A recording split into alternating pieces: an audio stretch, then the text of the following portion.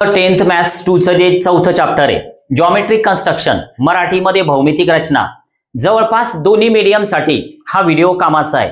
Same आहे आणि सगळं सारखं आहे. तर त्यामुळे दोन्ही विद्यार्थ्यांनी हा थोडा सविस्तर बघा. पहिल्या प्रॅक्टिस सेटमध्ये हे 4 एक्झाम्पल आहे आणि बोर्डच्या दृष्टिकोनातून हे 4च्या 4 एक्झाम्पल खूप महत्त्वाचे आहे.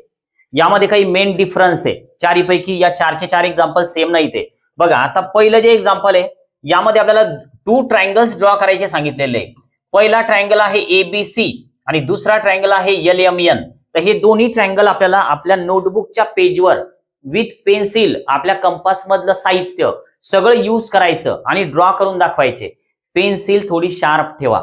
जी डायग्राम तुम्ही काढणार आहे तर त्याला वारंवार घोटू नका. थोडक्यात डायग्राम जी आहे तर ती खूप अशी व्यवस्थित दिसली पाहिजे, खोडतोड व्हायला नको. तर त्यासाठी थोडं व्यवस्थित बघा. आता पहिलं जे एक्झाम्पल आहे तर यामध्ये काय दिलेलं आहे, हा ट्रायंगल पूर्णपणे वेगळा आहे ABC, ठीक आहे, आणि LMN थोडं सुद्धा वेगळा आहे. म्हणजे याचे जे पॉइंट्स आहेत ABC LMN पूर्णपणे वेगळा आहे. म्हणजे एक ट्रायंगल ABC वेगळा बनणार आहे आणि LMN जो आहे तर तो सुद्धा वेगळा बनणार आहे. मग असं जर एक्झाम्पल असेल तर ते सॉल्व्ह करावं लागतं. मग आता सॉल्व्ह कसं करायचं नेमकं, तर बघा हे जे फर्स्ट एक्झाम्पल आहे तर हे मी इथं घेतलंय. यामध्ये जो फर्स्ट नंबरचा ट्रायंगल आहे ABC वाला तर तो आपल्याला सिमिलर दाखवलेला आहे. म्हणजे जो आहे तर तो मराठीमध्ये याला समरूप म्हणतात. तर तो कोणत्या ट्रायंगल सोबत, LMN सोबत. मग आता याला आपल्याला लिहायचं आहे सुरुवातीला सोल्युशन मध्ये. म्हणजे ज्या पण वेळेस तुम्ही असं एक्झाम्पल सॉल्व्ह करणार आहे की दोन्ही ट्रायंगल वेगवेगळे दिसत आहेत. मग आता दोन्ही ट्रायंगल जर वेगवेगळे असतील तर सुरुवातीला तुम्ही दोन्ही ट्रायंगल लिहा. ABC सिमिलर टू ट्रायंगल कोणता, LMN. या दोन्ही ट्रायंगलचे नाव मी लिहिले. आता जेव्हा ट्रायंगल सिमिलर असतात तर त्यांच्या साईड आपण रेशिओ मध्ये घेत असतो. रेशिओ कसा घ्यायचा साईडचा, एका ट्रायंगलची साईड वर त्याच्या आपण मध्ये करस्पॉन्डिंग साईड. बघा तुमच्या लक्षात येत आहे का पहा. समजा मी AB ही साईड घेतली तर AB या साईडच्या अपॉन मध्ये आपल्याला या ट्रायंगलची कोणती साईड घ्यावी लागणार आहे, LM. म्हणजे AB LM. नंतर जर आपण इकडच्या ट्रायंगलची BC ही साईड घेतली तर या ट्रायंगलची आपल्याला कोणती घ्यावी लागणार आहे, MN. Okay, is equal to या ट्रायंगलची आपण जर AC ही साईड घेतली तर या ट्रायंगलची कोणती घ्यावी लागणार, LN. थोडं कमेंट बॉक्स मध्ये उत्तर देत चला म्हणजे तुम्हालाही काय समजतं काय नाही हे माझ्या पण लक्षात येईल. बघा आता आपल्याला काय करायचंय तर या AB BC AC तर या साईडच्या व्हॅल्यूज इकडे दिलेल्या आहे. AB ची व्हॅल्यू 5.5, BC ची 6, CA ची 4.5. पण या बाकीच्या ज्या व्हॅल्यूज आहेत तर ह्या आपल्याकडे नाहीत. ट्रायंगल जो दुसरा आहे सेकंड नंबरचा तर एकही व्हॅल्यू नाही आपल्याकडे साईडची, तर त्या फाइंड आउट करायच्या. मग आता त्यासाठी वरच्या ज्या व्हॅल्यू आहे ABच्या वगैरे तर त्या आपण एकदा पुट करून घेऊ. मग आता इकडे आपण पुट करत असताना कशा पुट करणार आहे बघा. त्या सुरुवातीला मी ज्या पण व्हॅल्यूज आपल्याला दिलेल्या आहे तर त्या सुरुवातीला मांडून घेतोय. बघा कोणकोणत्या व्हॅल्यूज दिलेल्या आहे तर AB ची व्हॅल्यू 5.5 आहे. मग आता इथं मी लिहितोय 5.5. ओके, BC ची व्हॅल्यू 6 आहे दिलेली, इथं मी लिहितोय 6. त्यानंतर AC ची व्हॅल्यू किती आहे तर 4.5 आहे, मी इथं लिहितोय 4.5. ओके, आता आपण मध्ये ज्या साईड आहेत तर त्यांची व्हॅल्यूज आपल्याकडे नाही तर मी इथं टाकतोय LM. वरची साईड आहे MN, त्यानंतर परत साईड आहे LN. तर ह्या सर्व साईड टाकल्या. इज इक्वल टू साईन देतोय मी कशासाठी लक्षात घ्या. इथं एक रेशिओ दिलेला आहे आणि हा रेशिओ आहे 5:4. तर हा रेशिओ फक्त आपल्याला इकडे मांडायचा आहे.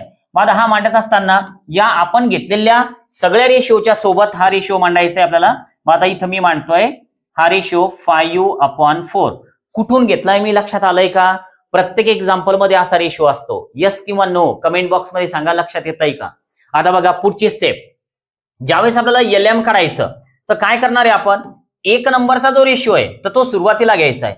आता 1 नंबरचा रेशिओ कोणता आहे तर इकडे आहे LM अपॉन मध्ये, याच्या वरती एक व्हॅल्यू आहे कोणती 5.5. मग आता इज इक्वल टू आता समोरचा जो रेशिओ आहे तर तो डायरेक्ट समोरचा घ्यायचा आहे आपल्याला 5/4 म्हणजे हा दिलेला इकडचा. ठीक आहे, आता याला आपल्याला क्रॉस मल्टिप्लाय करायचंय. आता क्रॉस मल्टिप्लाय करत असताना कसं करावं लागणार आहे तर मी थोडं या साईडला इथं खाली घेतोय. बघा 5 न या LM ला मल्टिप्लाय केलं, इथं आलं 5 into LM. Okay, is equal to या 5.5 न 4 ला मल्टिप्लाय केलं 5.5 into 4. ठीक आहे, आता हा 5 मला त्या साईडला शिफ्ट करायचा. मग आता इथं काय बाकी राहिलं तर इथं राहिलं LM, कारण 5 आपण त्या साईडला नेणार आहे हा वाला. मग आता या साईडला काय राहिलं तर इथं 5.5 अगोदरचे इंटू 4 पण अगोदरच आहे वर आणि हा जो 5 आहे तर हा 5 आपल्याला या साईडला इथं डिनॉमिनेटर मध्ये टाकायचा. आता 5.5 ला या 5 ने डिवाइड करायचं. बघा 5.5 थोडक्यात त्याला तुम्ही 55 इमॅजिन करा, त्याला 5 न भाग द्यायचा आहे तर आन्सर 11 येतं. 55 ला जर का आपण 5 न भाग दिला तर 11 आन्सर येतंय.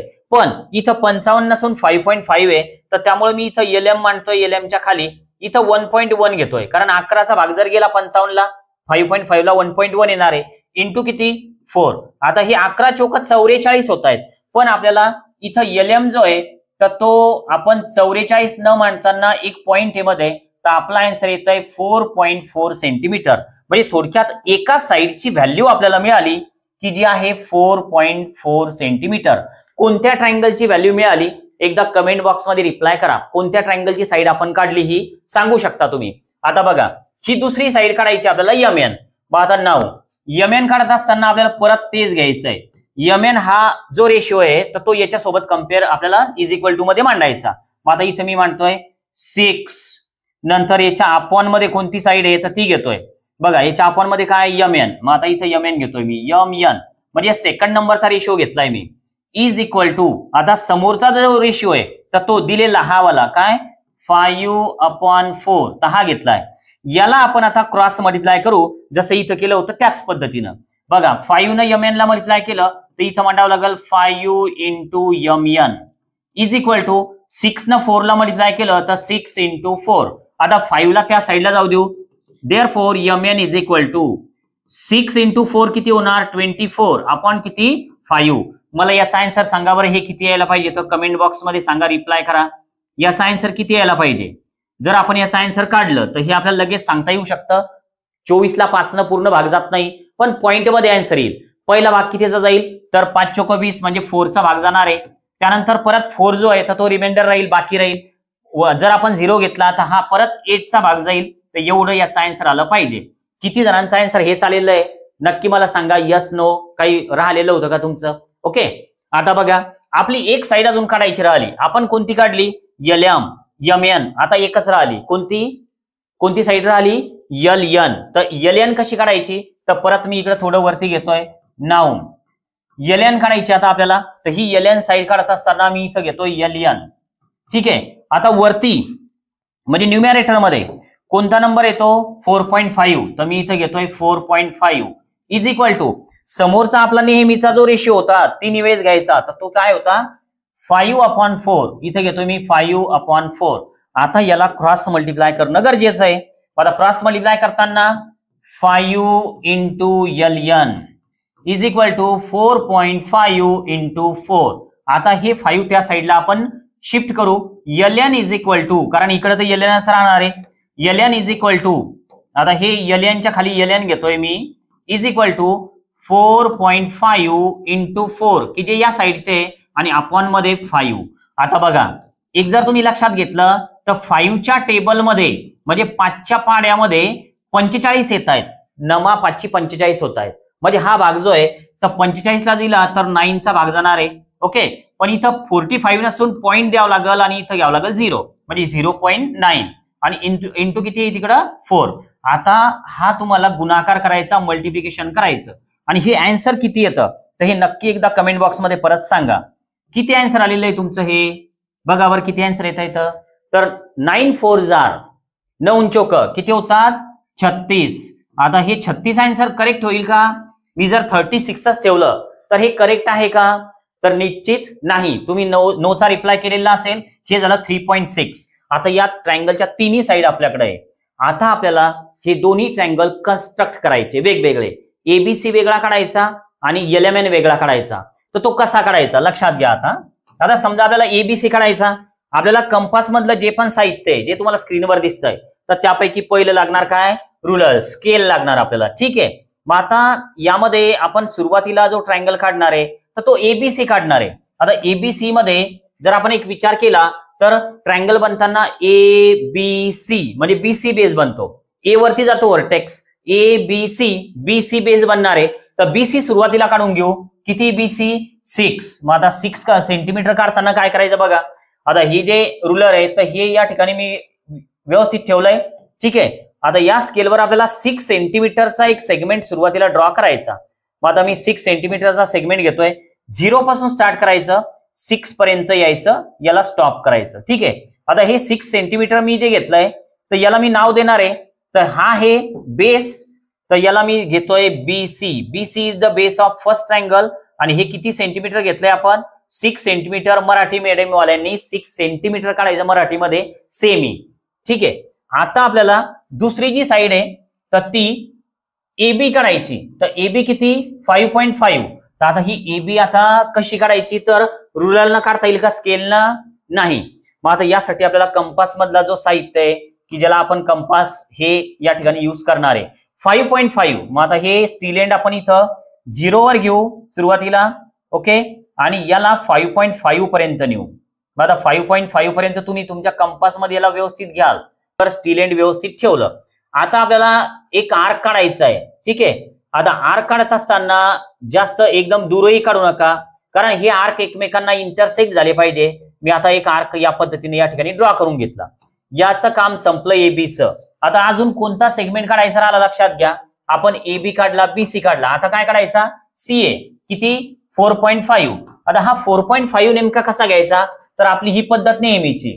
याला तुम्ही अगोदर 0 वर आणा. ठीक आहे. स्टील एंड 0 वर घ्या. आणि जो पेन्सिल एंड आहे तर तो 4. C वर स्टील एंड घेतोय मी. बघा, C वर स्टील एंड आणलं. आणि जे पेन्सिल एंड आहे तर ते अगोदरच्या आर्कला इंटरसेक्ट होईल. तर या पद्धतीने आपल्याला या ठिकाणी लावायचंय. बघा, आता मी एक आर्क काढतोय.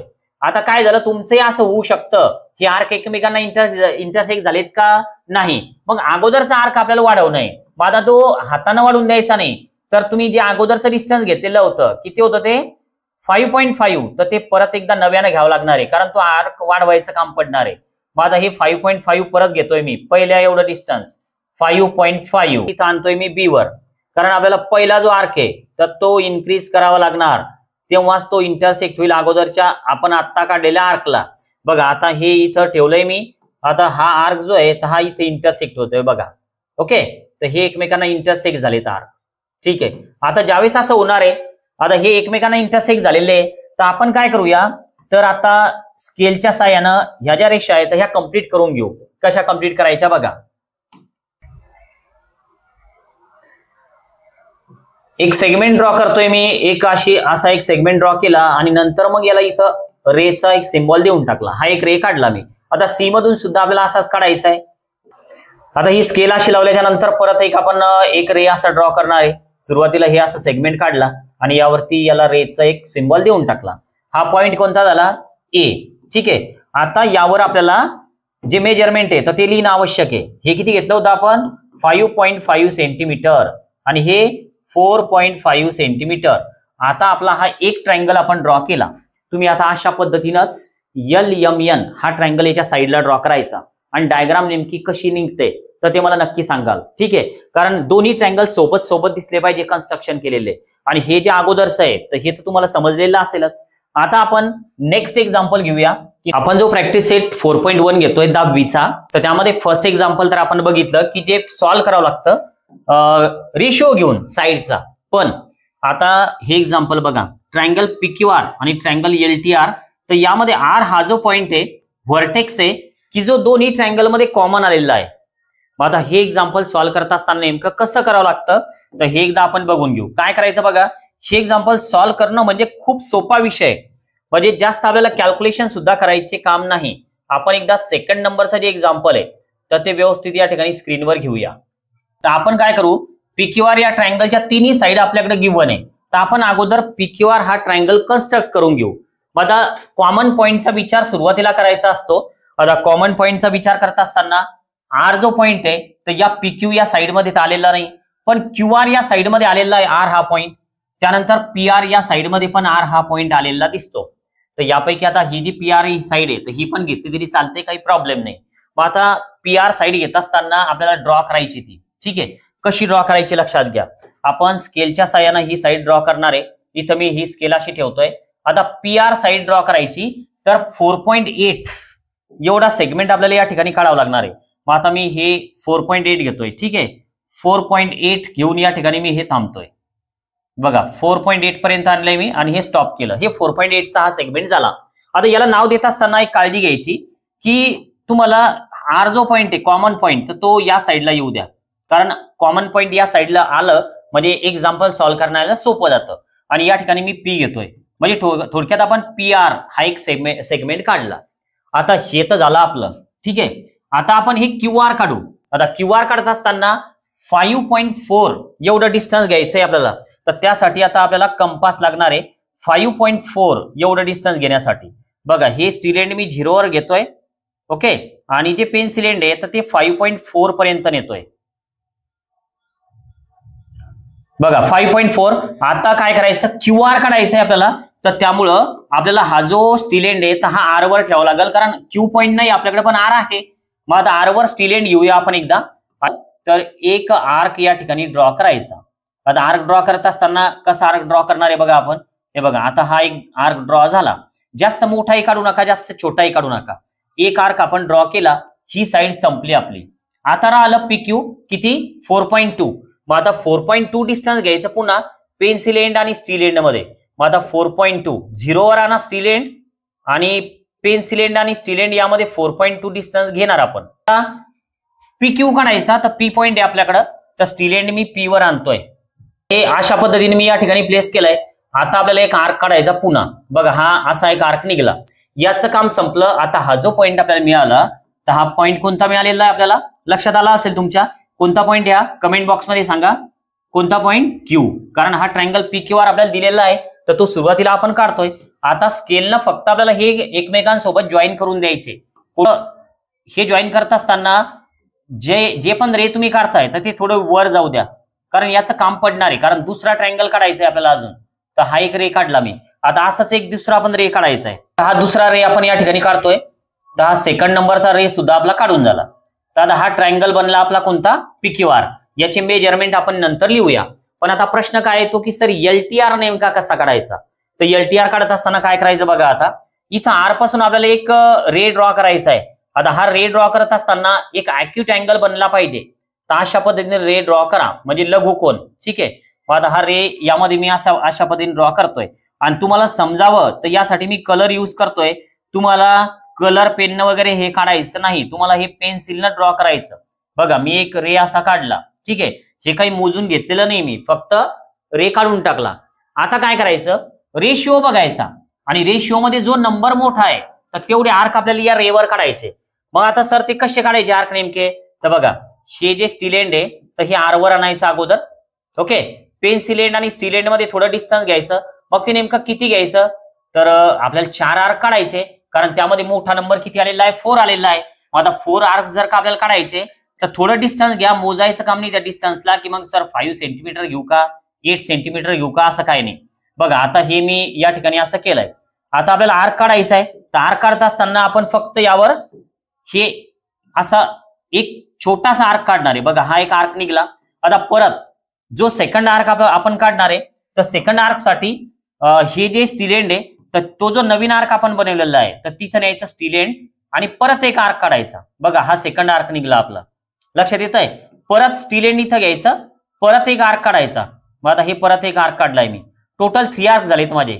परत एक आर्क काढायचा, स्टील एंड नवीन आर्क वर घ्यायचं इथं, म्हणजे खालचा रे आणि नवीन आर्क यावर स्टील एंड घ्यायचं, एक आर्क काढून टाकायचा. बघा आता हे 4 आर्क्स आपले निघले. तर याला नावं द्यायची आपल्याला. आर पॉइंट पासून सुरू झालेलं आहे, तर त्यामुळं मी काय करणार, याला पहिल्या याला म्हणणार R1, ठीक आहे. सेकंडला म्हणणार R2, थर्डला म्हणणार R3 आणि नंतर म्हणणार R4, ओके. आता आपल्याला काय करायचं बघा, हे जे PQ तर हे 3 दिलेलं आहे, तर आपला इथं P पॉइंट आहे. तर हा P पॉइंट आपल्याला फक्त 3 सोबत कनेक्ट करायचा. मग R3 सोबत कनेक्ट कसा करायचा याला, तर बघा हे R3 दिसतं आपल्याला इथं. हे R3 हा जो आर्क आहे आणि खालचा जो सेगमेंट आहे तर तो आणि तो समोरचा P पॉइंट, कारण इथं P पॉइंट आणि 3, तर हे असं लक्षात ठेवायचं. बघा आता हे या ठिकाणी मी जॉईन करतोय, हा एकमेकांसोबत कनेक्ट झाले. बघा आता हे कसं, हे सगळं डिजिटली मी वापरून राहिलो, तर त्यामुळे यात काय होतं की हे सेगमेंट जर समजा टच जरी झालं तर इकडे तिकडे होतात परत. पण तुम्ही आता पेन्सिलला ड्रॉ करताय तर त्यामुळे तो विषय नाही. एकदा तुम्ही केलं की ते फायनल राहणार, खोडल्याशिवाय ते मिटणारच नाही. बघा आता हे झालं आपलं. आता काय करायचं, हा जो 4 आहे या 4चा आपण विचार करणार आहे.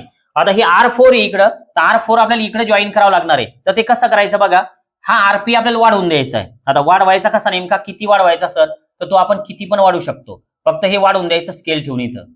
बघा हे इथं मी स्केल लावली आणि आता आपल्याला हे पुढं न्यायचं आहे. ठीक आहे, बघा हे आता समोर नेतोय मी, हे इथपर्यंत नेतोय आणि स्केल बाजूला करतोय, याला रे दाखवतोय. हे नंतर रे काढला आपण, हा ट्रायंगल अगोदरचाच आहे वरचा. आता हा इथला जो अँगल आहे तर तो इथं आपल्याला खाली काढायचा. तर अँगल कसा काढायचा बघा, हा जो अँगल आहे हा वाला, तर इथं स्टील एंड नेलं मी. स्टील एंड नेल्याच्या नंतर जो आर्क आहे, तर आता डिस्टन्स तर आपलं पूर्ण आर्क एवढं आहे, हे डिस्टन्स थोडं कमी करायचं. ओके, थोडं कमी करायचं डिस्टन्स आणि एक आर्क असा काढायचा. बघा या रेषेला कट होणारा, दोन्ही ठिकाणी या आर्कनं कट केलेलं आहे, याला पण आणि याला पण. आता परत जो R4 आहे आपला, तर तिथं आणायचं steel end. Okay, steel end बरोबर R4 वर प्लेस करायचं आणि परत तो सेम आर्क काढायचा पहिल्यासारखाच. बघा हा असा आर्क काढलाय मी, म्हणजे अगोदरचा आर्क आणि हा आर्क. आता परत काय करायचं, हे डिस्टन्स घ्यायचं पुन्हा, म्हणजे हे मोजायचं थोडक्यात की पहिल्या आर्क मधलं डिस्टन्स जे तर ते समोरच्या त्या सेगमेंट एवढं आहे का. बघा हे अर्ध्या मध्यापर्यंत झाली पेन्सिल. मग आता याला समोर घेतोय मी थोडं आणि समोर घेऊन आता याला व्यवस्थित आपल्याला या ठिकाणी प्लेस करावं लागणार आहे. बघा हे डिस्टन्स व्यवस्थित आलं, हे लक्षात आलं तुमच्या. आता हे आपण स्टील एंड इथं ठेवू, नवीन आर्कवर काढलेल्या आपल्या, कारण हे बघा हे इथं स्टील एंड ठेवलंय मी. थोडं बारीक लक्ष द्या तेव्हा हे कळणार आहे, तसं समजणार नाही तुम्हाला ते. बघा आता ज्यावेळेस आपण हे आर्क काढणार आहे, आता हा माझा सेगमेंट जो अगोदरचा तर तो थोडा जागा सोडली त्यानं, कारण मी तुम्हाला अगोदर पण सांगितलं की हे जे डिजिटल साधन आहे तर हे एकदम त्या ठिकाणी टच केल्याबरोबर ते बाजूला सरकतात. बघा आता हे असं आपलं निघलं. ठीक आहे, आणि हे सुद्धा जे आहे अगोदरचं, तर या अगोदरच्या याच्यावर पण आपण एक तसं एक मार्किंग करून देऊ अगोदरच्या आर्कवर. बघा हे जे होतं हे, तर यावर आपल्याला मार्किंग करणं होतं असं, पण तो अगोदरचा आपला जो सेगमेंट आहे तर तो थोडा हल्ल्यामुळं हे थोडंफार आता कमी जास्त होऊ शकतं, पण हे तुमच्या लक्षात आलेलं असेल. म्हणजे थोडक्यात हे जे तर हे इथून निघलेलं आहे. ठीक आहे, आता आपल्याला यामधून जाणारा एक सेगमेंट ड्रॉ करायचा आहे. बघा सेगमेंट ड्रॉ कसा करणार आहे आपण पहा, इथून या इंटरसेक्ट झालेल्या आर्क मधून आणि R4 मधून आपल्याला एक सेगमेंट ड्रॉ करायचा की जो त्या समोरच्या रेवर जाऊन थांबेल. बघा इथं हे बघा हे असं जॉईन केलं मी. आता हा जो पॉइंट आला तर हा पॉइंट मधून परत इकडे एक आपल्याला रे काढायचा. तर कसा काढणार आहे, तर या अँगलचा विचार करायचा यावेळेस, या इथल्या अँगलचा. ठीक आहे, तो कसा विचार करायचा, तर स्टील एंड त्या अँगलवर आणायचं. बघा स्टील एंड इथं आणलंय मी. ओके, आता या पेन्सिल एंडनं एक आर्क काढायचा. बघा एवढा आर्क काढला. आता परत स्टील एंड नवीन आर्कवर आणायचं. इथं हे जे टच झालेलं इथं हे नवीन सेगमेंट, तर इथून परत एक आर्क काढायचा असा. बघा काढलाय मी आर्क. ठीक आहे, आता डिस्टन्स मोजायचं पहिल्या आर्क मधलं, हे जे आहे ना हे दोन्ही डिस्टन्स इथून इथपर्यंत डिस्टन्स मोजायचं. बघा आता हे डिस्टन्स किती भरतं, इथं कमी भरून राहिलंय, पण आपल्याला आता हे इथपर्यंत न्यावं लागणार आहे, तर त्यासाठी हे डिस्टन्स मोजू आपण एकदा. बघा हे डिस्टन्स व्यवस्थित घ्यायचं फक्त. हे बघा हे डिस्टन्स आलं व्यवस्थित या दोन्ही पॉईंट मधलं. आता फक्त हा जो स्टील एंड आहे तर हा या आर्कवर ठेवायचा, कारण इथला अँगल आपण ड्रॉ करतोय. मग आता हे असं या ठिकाणी ड्रॉ करायचं. बघा हे ड्रॉ झालं. ठीक आहे, म्हणजे थोडक्यात हे जे डिस्टन्स होतं हे वालं, तर हेच आपण तिकडं घेतलं. ह्या दोन्ही याच्यातलं हे जे डिस्टन्स होतं तर हे आपण तिकडे घेतलं. हे बघा हे. ठीक आहे, हे जे डिस्टन्स होतं तर हे आपण तिकडे घेतलेलं आहे. ठीक आहे, आता यातून आपण फक्त एक रे काढणार आहे आणि आपला ट्रायंगल बनणार आहे. खूप सोपं आहे.